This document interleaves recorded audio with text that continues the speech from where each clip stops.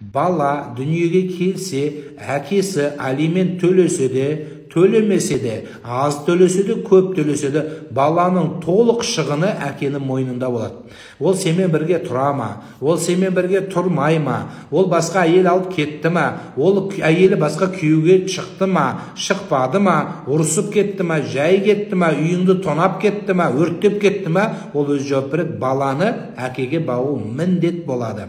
Биологиялық әкесіне бүкіл шығындарды төлеп беру керек болады. Біздің кейбір әкелер сіз айтқандай мен алимент төлеп жатырмын, болды, мен басқа шатағым жоқ деген, бұл қателік болады.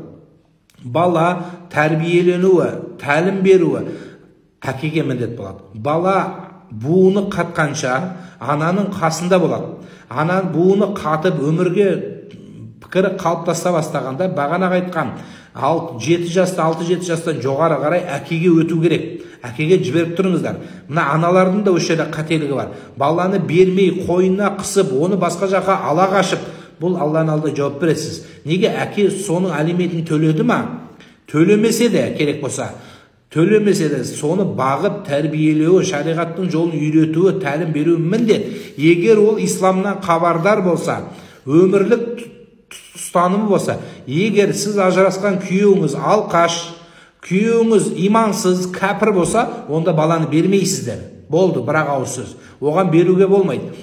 Егер әкесі мұсылман, енді басқа әйел алып кетті. Бізде көбінесе проблема, тоқал деген проблема. Сол тоқал алғанда, мына жақтағы кісілердің, үлкен бәйбішелердің жүрегі атомный бомба болып жарылады. Сол атомный бомба болып жарылып өзінше бөлініп кеткен кезде бәрібір ол жүрегімен, сенің жүрегімен, ол жаңағы күйеуіңіздің жүрегі, ол екеуі бір жүрек, бірақ сізге міндет болады баланы әкесіне беріп тұру.